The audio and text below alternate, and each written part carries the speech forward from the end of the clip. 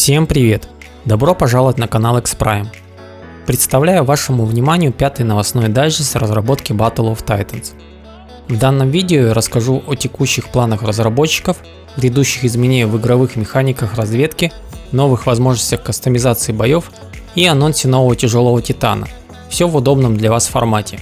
Приятного просмотра! Не забывай подписаться на канал, прожать палец вверх и сделать дзынь в колокольчик уведомлений. Поехали!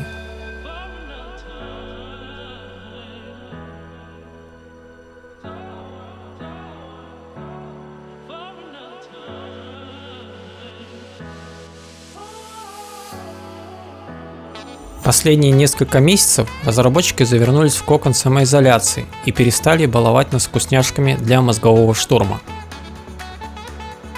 Никаких отчетов о проделанной работе с выхода обновления 2.6 не поступало, но относительно недавно стало известно, что разработчики испытывают некие трудности в реализации запланированных нововведений в обновлении 2.7.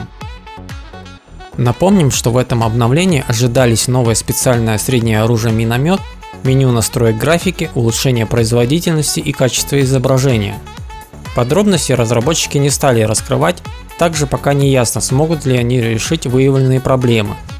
Вместо ожидаемого запланированного обновления разработчики готовят промежуточное, которое побалует нас очередными ребалансами игровых механик и характеристик вооружения, некоторыми новыми фичами кастомных боев, но давайте по порядку. В первую очередь ребаланс затронет радиолокационную систему титанов. РЛС титана будет отслеживать сигнатуры с самого титана, а не с камеры, расположенной над титаном. Это означает, что при выглядывании из-за препятствия наведение на противника, а также его пометка станет невозможно, так как для этого ваш титан должен и сам быть видимым для противника. Далее будет небольшое отступление от темы и изложение моего мнения по этому поводу. С одной стороны логично, с другой стороны укоренившиеся интересы игроков, которые придется в очередной раз подстраиваться под новые геймплейные реалии. Только кому эти изменения больше необходимы и кто тянет за усы разработчиков в сторону таких изменений? Очевидно, что проблема не в самой РЛС и даже в недоработке разработчика на ранних этапах развития игры. Скорее всего, проблема кроется глубже и вытекает из негативных отзывов в геймплее так называемой «жальной войны». Среди игроков уже ходят мысли, что часть игрового сообщества пытается склонить игру в сторону ближнего боя, открытого, без засад и без дальнего боя. Тем самым проще попросить разработчика выпилить или кастрировать часть игровых механик и оружия, которые мешают навязать открытый ближний бой. У меня же складывается впечатление, что главный повар-разработчик потерял вкус к собственному блюду и позволяет сыпать соль официантам везде, где только представится возможным. На тесте я уже успел опробовать новую РЛС, и пока она вызывает у меня двоякие мысли.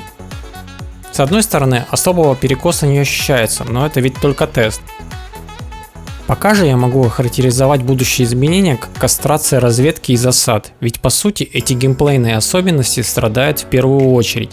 Сначала диванные аналитики ближних боев выпросили кастрацию Инквизитора, который, по их мнению, имбовал и не давал подойти на дистанцию ближнего боя.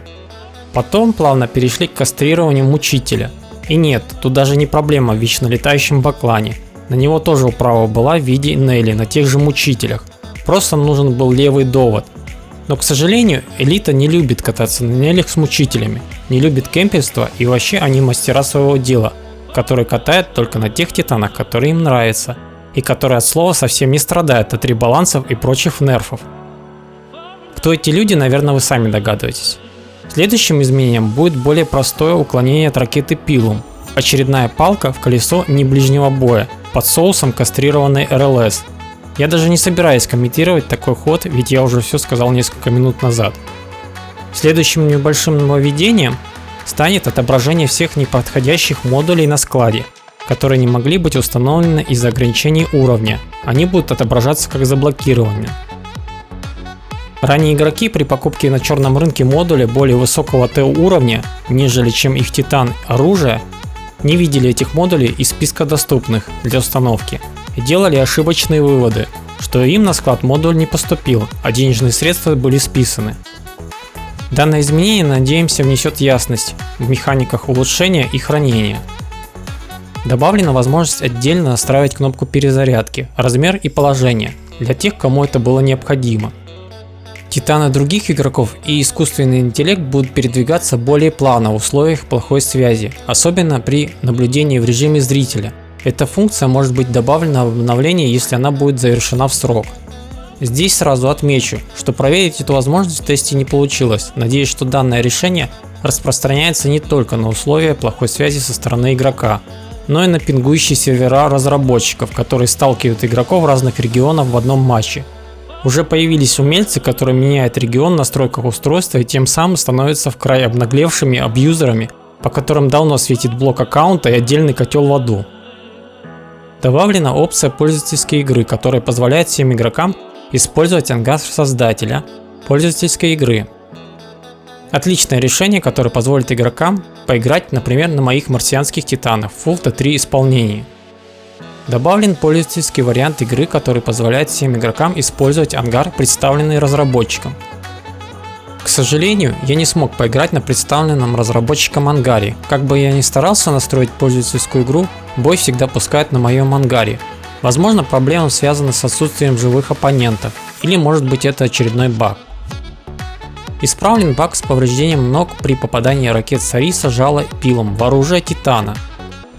Кстати, разработчики, есть еще баг невидимого пилума, душа которого продолжает нести угрозу Титану даже в случае, когда ракета врезалась в препятствие. Комбо-бонус для летунов. Будет улучшено управление бакланом в режиме полета. Немного будет улучшена маневренность баклана в режиме полета и немного будет увеличена точность легких слотов баклана в этом же режиме.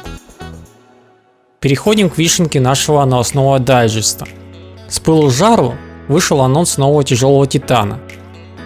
Пока его назвали Илья Муромец. Для начала давайте ознакомимся с описанием самих разработчиков сия творения. Созданный российскими инженерами, оснащен уникальным тяжелым лазерным орудием с тепловым уроном, потенциал которого увеличивается при непрерывном огне по цели, но в противовес имеет ограниченную дальность и длительную скорость перезарядки. Вдобавок к основному орудию имеет два средних посадочных места под вооружение и способность к бегу, что обеспечивает ему хорошую маневренность за счет более легкой брони по сравнению с тяжелой обшивкой Тирпица. В будущих версиях Титана также может быть установлено ранцевое орудие среднего размера, что сделает его универсальным бойцом. Данный Титан находится в процессе доработки и будет представлен ориентировочно в этом году. Балансировка, дизайн и прочее, соответственно, будут оптимизированы. Рассмотрим поближе представленные разработчиками скриншоты. Как видите, это двуногий шагоход гуманоидного строения, имеющий некое подобие рук, что весьма необычно ввиду отсутствия этих конечностей у всего остального ряда титанов. И тут мне пригляделся комментарий одного участника. Зачем ему такие руки? Как он будет их использовать? Может, он сможет поднимать подвесы на них и стрелять за укрытие, например, из-за дома? Может, он сможет вертеть подвесами на 360 градусов в двух плоскостях? Может, он сможет бегать и махать ими для баланса, подобно человеку? Если и делать ему полноценные руки, то давать для них функцию. Действительно, зачем? Непонятно, как будет передаваться механика стрельбы в движении. Ведь при перемещении всех гуманоидов подобного рода идет раскачивание рук для балансировки торса. Остается только надеяться, что эти руки не будут просто висячими кранами для удержания стволов, а Илюша нелепым бегуном с чемоданами. Если вдруг и будет заложена механика раскачивания рук, будет все равно забавно наблюдать за стрельбой с такого положения. Если честно сказать, я ни в одной меха-вселенной такой нелепости не видел. А нет, видел где-то.